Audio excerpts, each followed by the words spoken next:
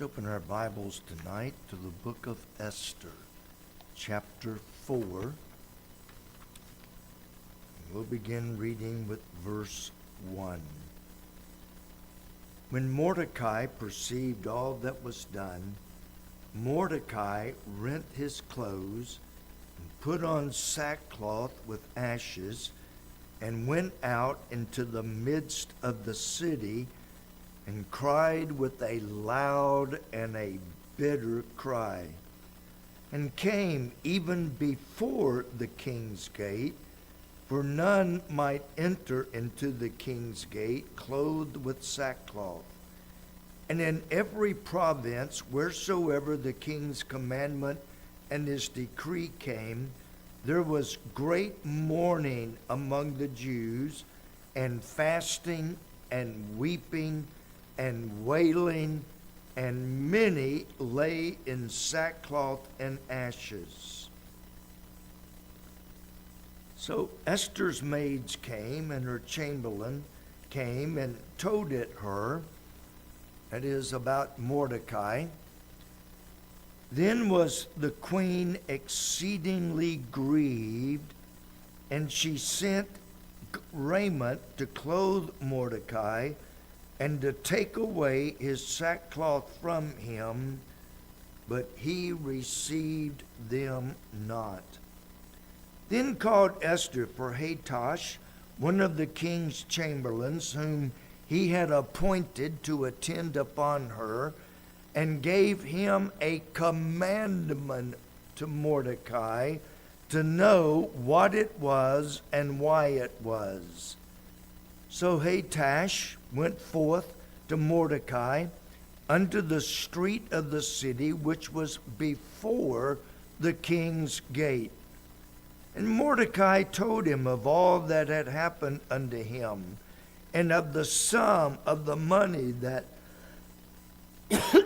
Haman had promised to pay to the king's treasuries for the Jews to destroy them.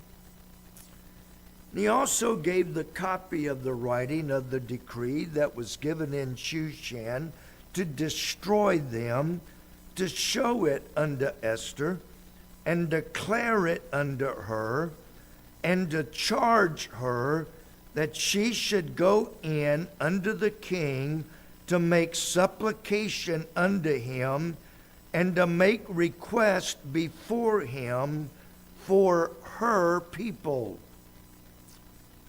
Hatash came and told Esther the words of Mordecai. Again Esther spake unto Hatash, and gave him commandment unto Mordecai. All the king's servants and the people of the king's provinces do know that whosoever, whether man or woman, shall come unto the king into the inner court, who is not called, there is one law of his, to put him to death, except such to whom the king shall hold out the golden scepter, that he may live. But whenever you see the word "but" like that, you know something is coming. I have not been called to come in unto the king these 30 days. Father, we come again tonight. And Lord, I pray that you would take our minds off of everything, and may we seek to learn some lessons from Esther, from Mordecai, from the Jews. And may, Father, we resolve from this night forward that we will be instant in obeying your word, without excuse, without hesitation. Lord, I pray for strength physically, mentally, and spiritually, that we might proclaim thy word to your glory. In Jesus' name, amen. Previously, we saw that Haman, that wicked Haman, had convinced the king to approve an executive order to kill every Jew in all 127 provinces, or as we would think of it, states. So he had 127 states that he was over, and the order was to kill every Jew on the 13th day of the 12th month. They cast their Ouija boards, they cast their other paraphernalia that we looked at this morning, and came up with the luckiest month and the luckiest day to commit such a massacre. When word got out through Shushan the palace, or where the palace was located, all the Jews in Shushan were perplexed. They were grieved.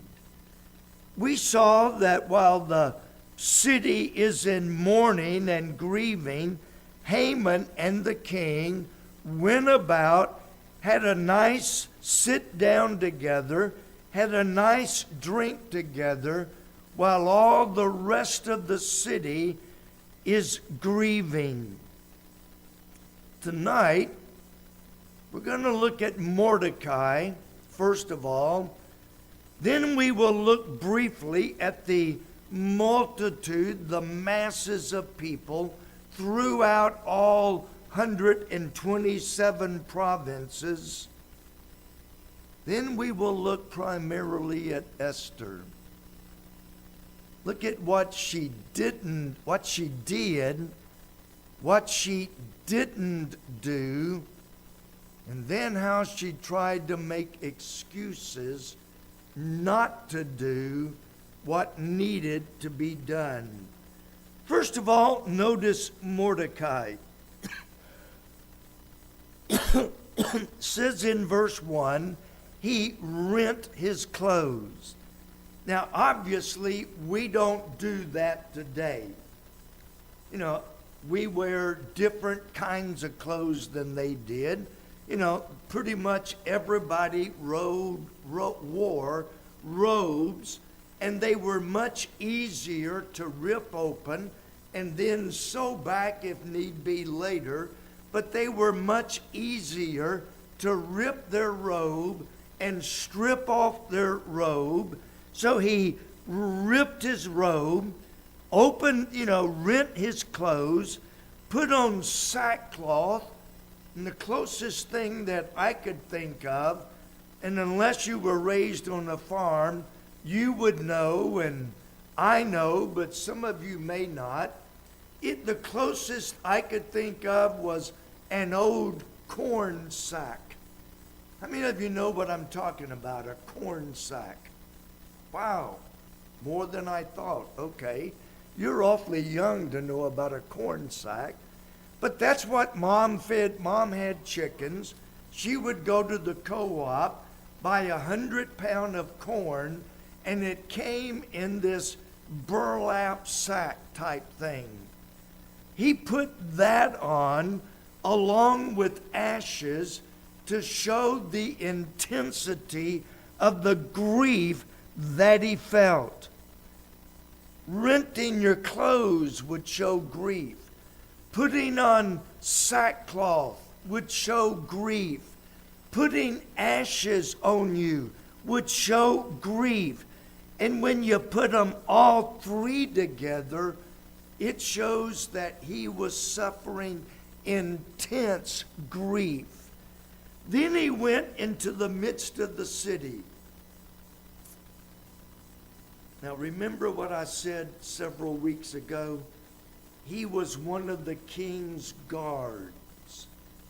They had very nice uniforms. They were, meat and everything, kind of like I love to see the Marine Corps in their dress blues. I love to see the Navy in their dress whites.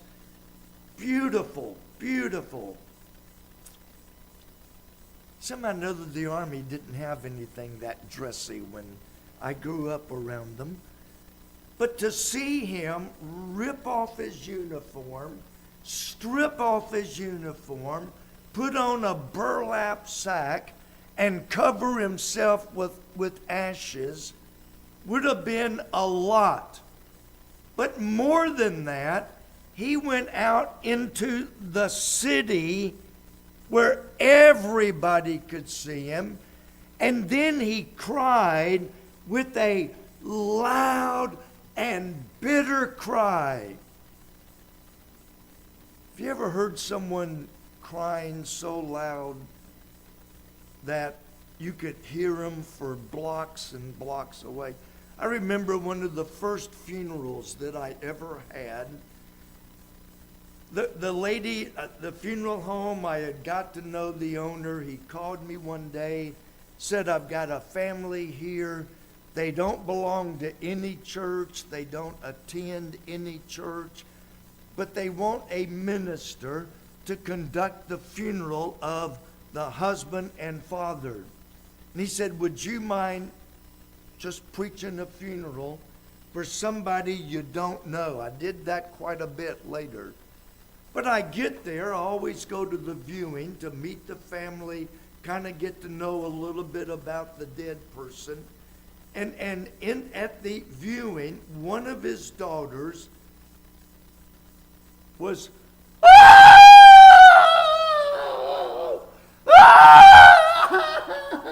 just screaming her lungs out.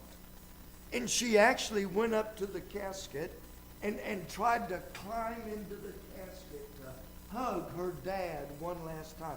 I'm not making that screaming up. That's how she screamed and yelled and carried on. And I asked the funeral director, I said, wow, she must have been really close to her dad. He said, oh, quite the opposite. She hadn't spoken to her dad in years, but now she's putting on this big show so that everybody will think how much she loved her dad. She did not like her dad, couldn't stand her dad, hadn't spoken to her dad, but now she is screaming at the top of her lungs, trying to impress everybody with her sadness. That's not Mordecai's case. He is genuinely sad, upset, and he is screaming in sorrow and agony. He was devastated, and he wasn't ashamed to be seen in signs of mourning. Now, as a king's guard, he was used to wearing a very fancy uniform. He's not ashamed at all to be seen in burlap cloth with ashes, grieving and mourning and crying out with a loud and bitter cry. Now, it said he went as close as he could get to the king's gate, because the law of that time was it was against the law to enter inside the king's gate with anything other than your uniform or your dress clothes. So he was against the law to go in dressed in sackcloth and ashes. Even in his most intense grief, and this is a side point, but he still obeyed the law. I thought as I was typing my notes, there was no rioting, no burning buildings down, no looting, no blowing up bombs to blow up buildings and people, no shootings, no stabbings, and yet he was in intense grief. If that were today, somebody would be burning buildings, they would be smashing windows, looting, doing everything, and I don't think it's grief today. I think they're just thieves and murderers, and that's a nice way to do it. But even in suffering, he still stayed within the limits of the law. And I'll just throw this out. It's not even in my notes. There is never an excuse to riot and burn and blow things up and shoot people and stab people. I don't care what has happened. There is never an excuse for such conduct. Now, moving quickly, notice the reaction of the masses in verse 3. This is throughout the 127 provinces, or as I said, in our day, they would be considered states. In every province, whithersoever the king's commandment and his decree came, there was great mourning among the Jews. Fasting. Fasting is always in the Bible associated with prayer and worship of God and commitment to God. So they were fasting. They were weeping, certainly. They were wailing. Many of them put on sackcloth and ashes. But again, you don't see this rioting and looting and burning and blowing everything up. It was great mourning. I've many times I've been with people, and many of those I was the one that had to look at the family and say, I hate to inform you, but your husband was just killed in a car wreck. I hate to inform you, but your son was drowned in the lake. That was a big part of my job. And I've seen all kinds of sorrow and grief. I've seen people just collapse and just faint and pass out. I've seen them cry, and I've seen them, toughen up and, well, thank you for informing me, and, thank you for coming by. There's all kinds of reactions to sorrow. But that doesn't mean there isn't grief and pain. My dad was one of those. In my entire life, I saw Dad cry one time in my entire life. Dad was not one to show emotions, period. And that was when my grandmother died. The only time I ever saw Dad cry, because Dad was raised, and some of you may be like this, men don't show emotions. Men are tough.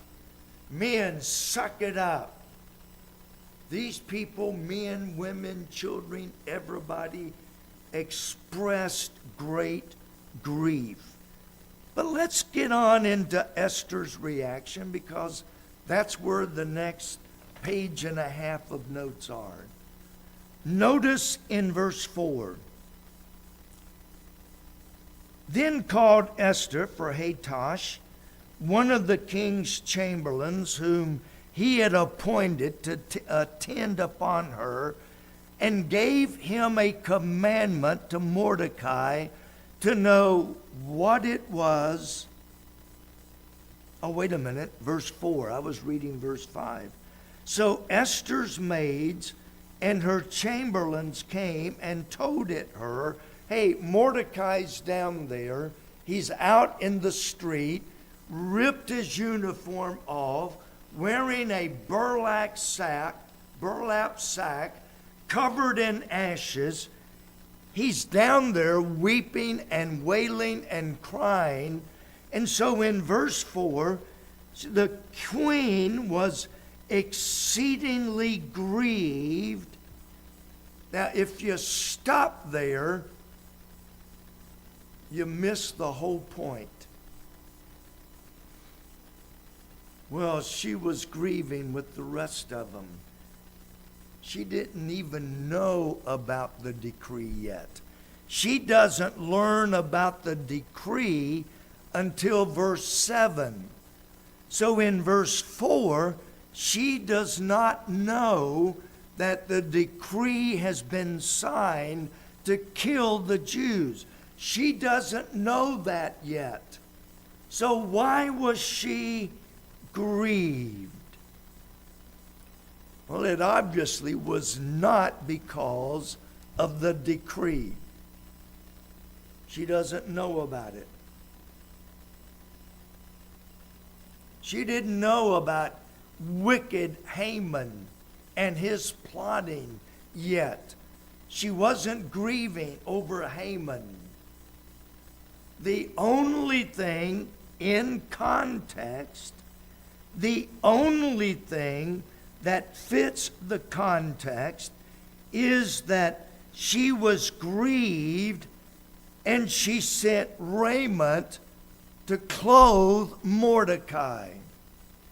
She was grieved because of the way that Mordecai was dressed and the way that he was acting. It's the only thing that, and I read it, I looked at the context. That is the only thing that she knows about that would cause her any grief. She was grieving because Mordecai had ripped his uniform, put on burlap sack, and covered himself in ashes. And to alleviate her grief, she sent clothes for him to put on and get dressed like you're supposed to look. Her grief was followed by action, and the action to alleviate her grief was to get Mordecai clothed back in his uniform, back in regular clothes. Mordecai was an embarrassment.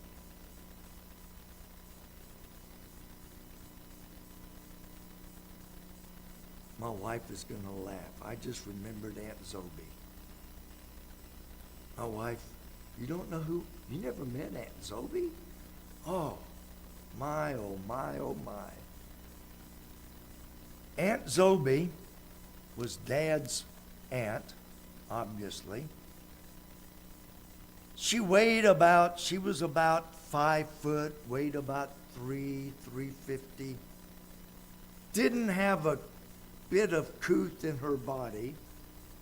She didn't know what civilization was like.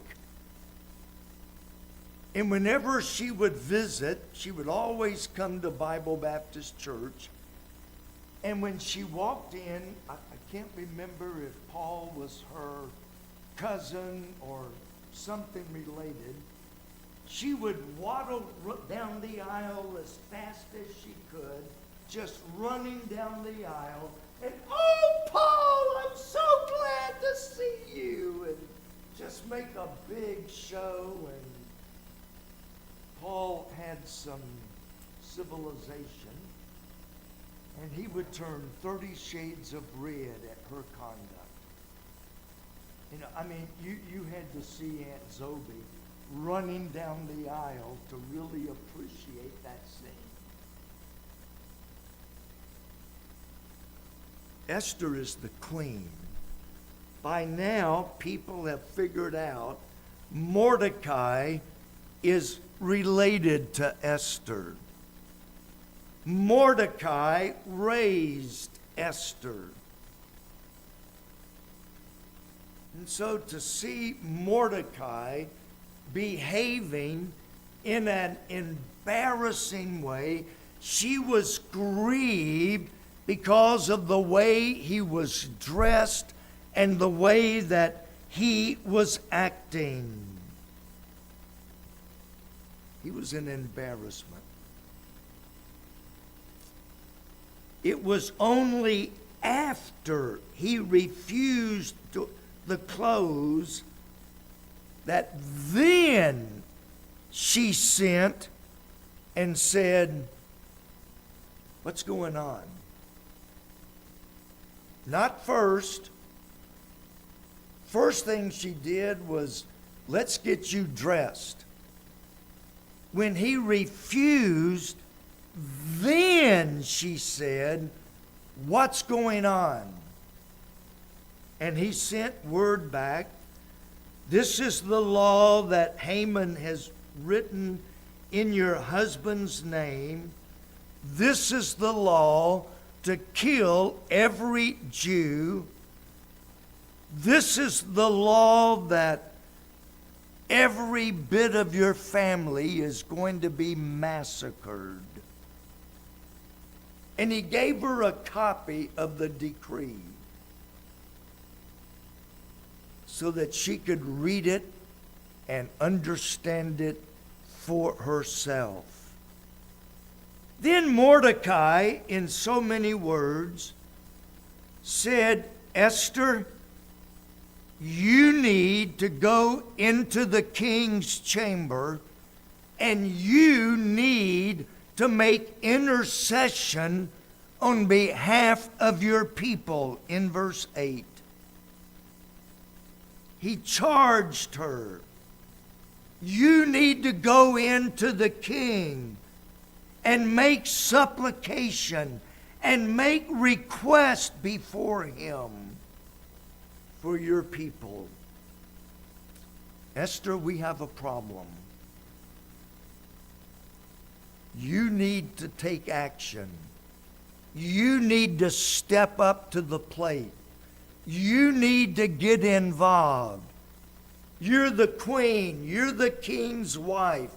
You need to get involved to settle and resolve this situation. And in verse 10 and 11, she begins to make excuses. Would have been nice had she said, "You know what, Mordecai? I did not know about the decree. I will go in immediately and talk to the king and see what I can do." She didn't. She said in verse 10, on verse 11, "All the king's servants and all the king's and the people of the king's provinces do know," you know,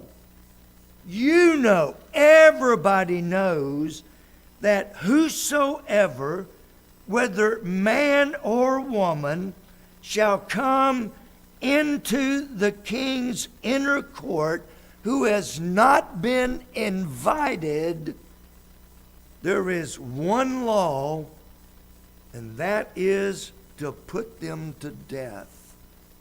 Now let me try to paint the picture here.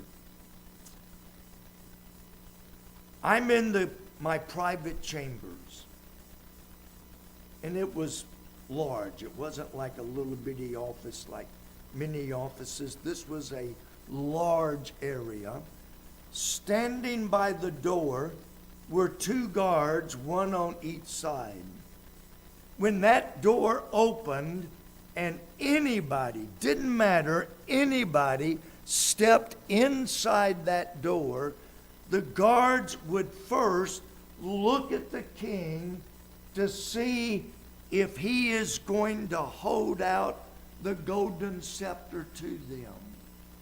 If the king does nothing, he doesn't hold out the golden scepter, he just ignores them, he doesn't do anything. As soon as they looked at the king, and the king did not hold out the scepter, immediately they drew their swords and cut off your head right where you stood. Didn't matter who you were. You walked in, they looked to the king. If there's no acknowledgement, off comes your head immediately. Mordecai, everybody knows the law. Everybody knows. I've got approximately 1 or 2 seconds for the king to acknowledge me and extend the golden scepter, or I'm dead. And he hasn't called for me for 30 days. That tells me he doesn't want to see me. For 30 days, I'm his wife, but for 30 days, he has totally ignored me. For 30 days, I have not been invited to even see or speak to my husband. And you want me to just barge in when he hasn't desired me for 30 days? You want me to barge in and get my head cut off?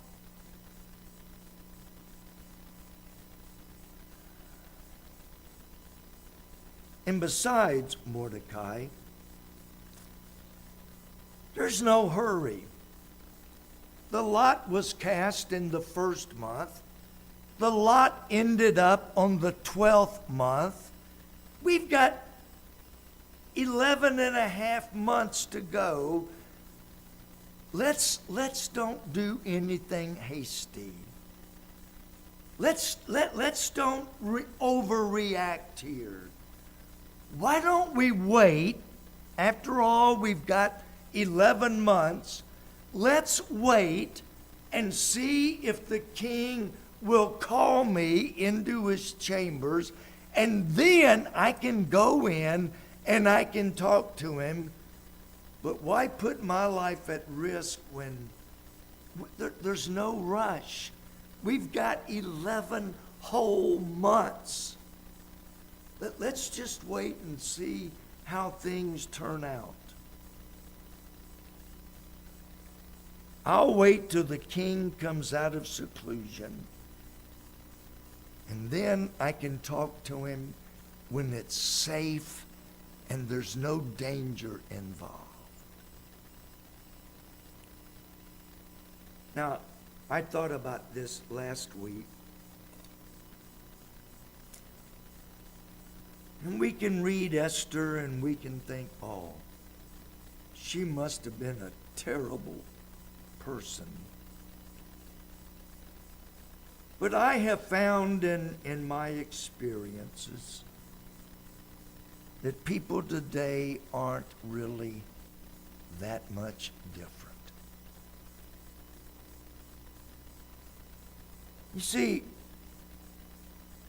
when Adam took the forbidden fruit from his wife, and God came down in the cool of the evening and said, Adam, where art thou? And Adam said, I was naked and I hid myself.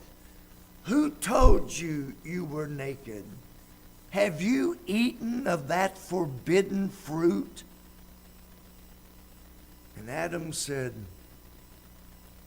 Lord, it wasn't my fault. This woman that thou gavest me. Notice, first of all, he blames God. You gave me this woman. Secondly, he blames Eve. She gave me, and I ate.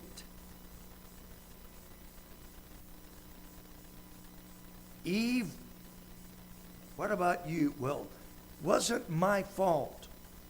The serpent beguiled me, and I ate. They begin to make excuses for their action. Esther, you gotta do something. Oh, now let's not get in a hurry here. Besides, the king is in his private quarters, and it honestly, it isn't worth the risk. She began making excuses. Excuses. People sometimes today seem more concerned with what people think than of the seriousness of the situation.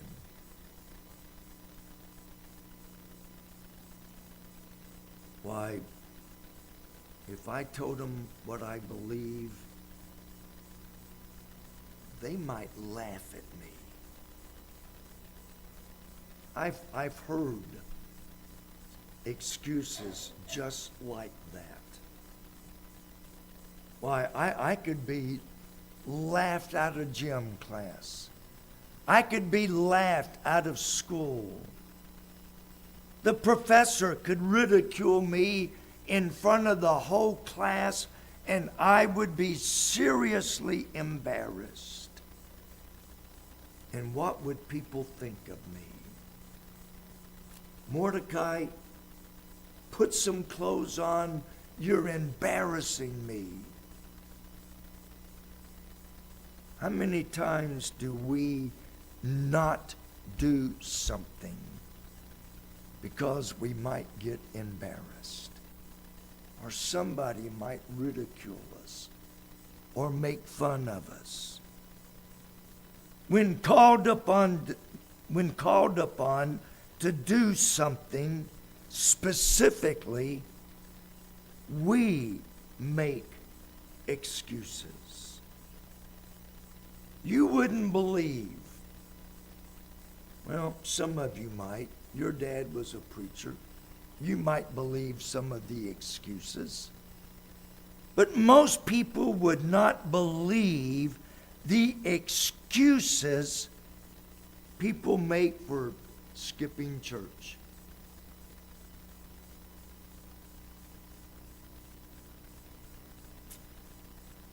Well, my 25-year-old son has a cold, and the whole entire family needs to stay home to wipe his nose in case his nose runs. You think I'm kidding, don't you? I've heard excuses just like that. You wouldn't believe the excuses people make for not tithing.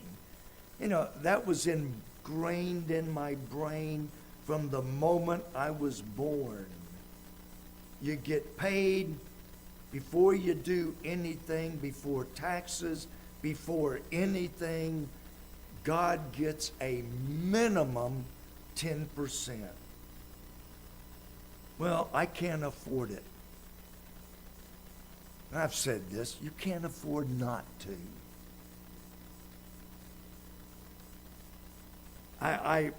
One of the, I don't know if I would call it the sorriest excuse, but it's like, you know, when I was making $100 a week, I was giving 10, and that wasn't too bad, but now I'm making 1,000 a week, and that would be 100.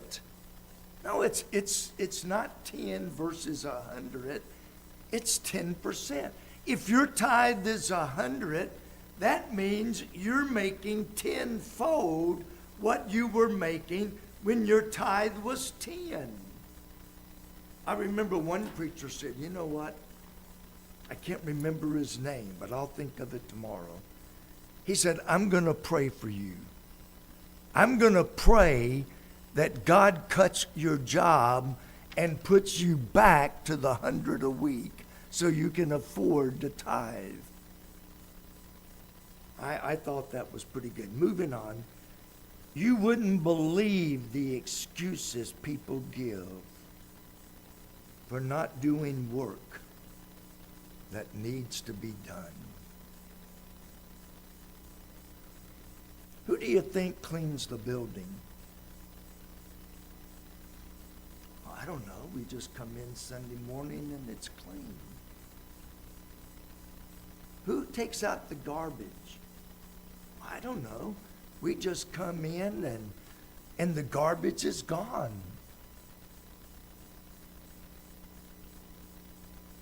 There's a lot of things that people could do that would be a tremendous blessing. But they got more excuses than M&M's factory makes. They've got more excuses than you could imagine. Well, I'm too busy. You know, I've heard much of my life, if you want a job done, who do you give it to? I'm sorry? Michelle. Yourself. Well, if you want it done right, you do it yourself.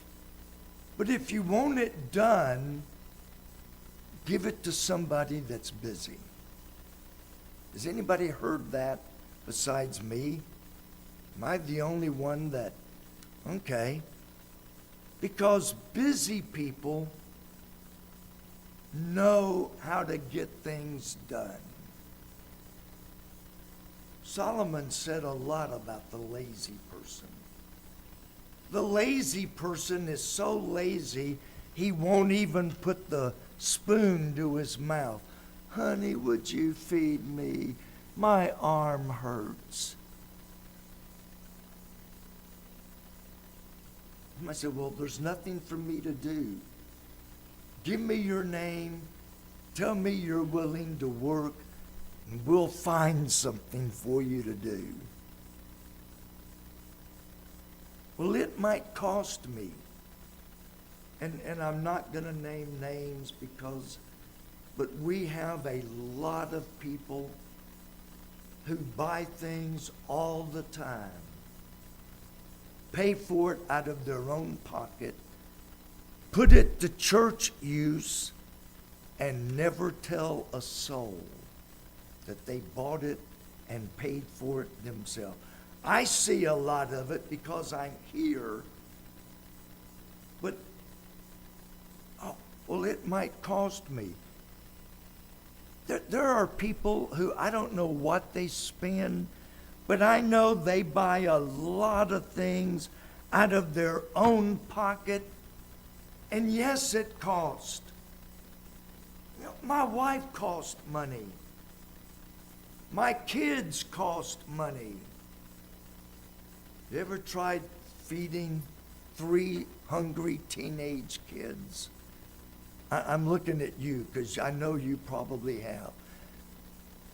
We've got our grandkids now that we get to keep quite a bit. And I had forgotten how much kids eat. Almost as much as you do when you go to Golden Corral. It cost money, but I wouldn't trade not one of them for all the money that it cost. Yes, it cost a lot of money to raise 3 kids, to put them in school, to buy clothes, to buy shoes, to buy, food, and it cost money. But I would gladly do it again because their love for us and our love for them. Yes, it's work. The church requires work. The other excuse is, well, let's postpone it until a more convenient time. There's no rush. We got lots of time. You know what I have observed? People who wait for a convenient time die, and that convenient time never comes. It never comes. We're so concerned about what might happen to us that we forget the seriousness of the situation. Haman, you don't understand. If I go in, I could be killed. And as we'll see in the next section, Esther, if you don't go in, everybody's going to be killed. You're so concerned about you getting hurt, about you getting killed, that you're not seeing the millions of people who are going to be killed if you don't do something. Sometimes we're so focused on me that we forget the bigger picture. Brother Johnson preached the other night, and I'm not going to re-preach his sermon. I couldn't if I tried. But people are dying every day and going to hell, and somehow we just don't have the time to witness to them. We don't have the time to put a track someplace that someone might find it.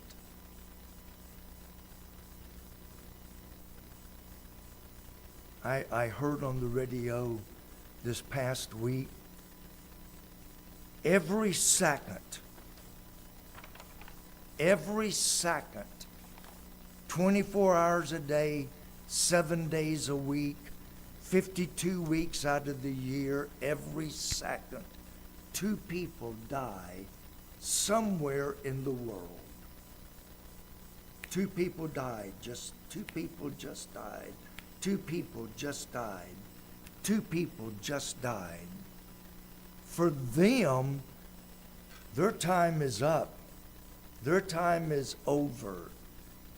And our opportunity to reach them with the gospel is gone. You know, we don't have time to visit people, but we got time to go to the funeral. Esther, and God changes her heart. We'll get to that. God changes her heart, but her first reaction is just like many people today. Well, I can't. You don't know what you're asking. I know what God asked Jesus to do. He asked Jesus to go to the cross, to be beaten. Isaiah says his bones stuck out through his flesh. God asked Jesus Christ to endure my hell. Well, Jesus prayed, Father, if it be thy will, let this cup pass from me. We'll get to that maybe someday, but Jesus Christ said, this is what God has asked. This is what I'm going to do. Great suffering, but I'll suffer because this is what God asked me